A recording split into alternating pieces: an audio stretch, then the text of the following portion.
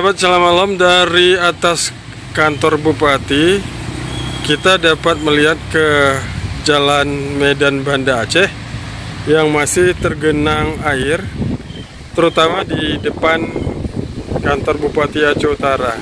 Ini dia, sahabat, selamat malam. Kita bisa melihatnya.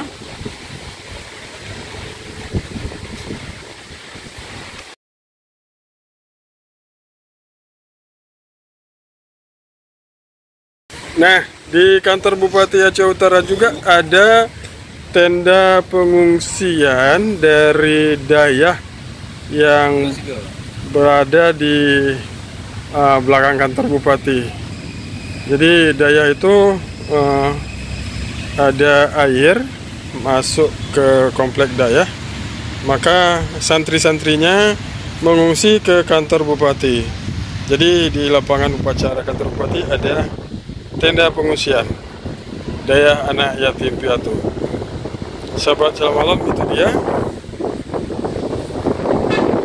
Kita lihat truk itu lagi mengarungi banjir di atas jalan 2 jalur. Dan ada beberapa karyawan kantor Bupati lagi menonton. Ini dia.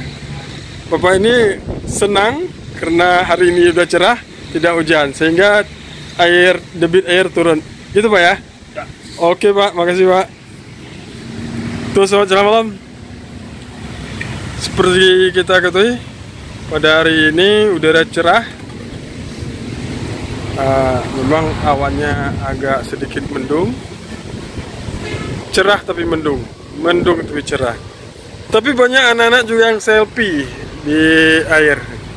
Mungkin di rumahnya tidak ada air, makanya dia mencari air. Bebek kali ya.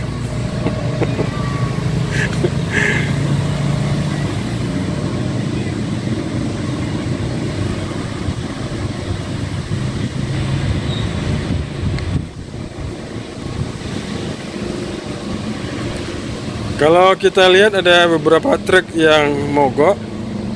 Apakah mogok karena mesinnya kemasukan air atau memang sengaja memogokkan diri?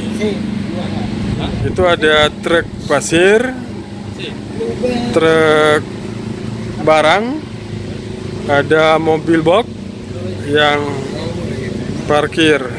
Apakah rusak? Itu coba sama.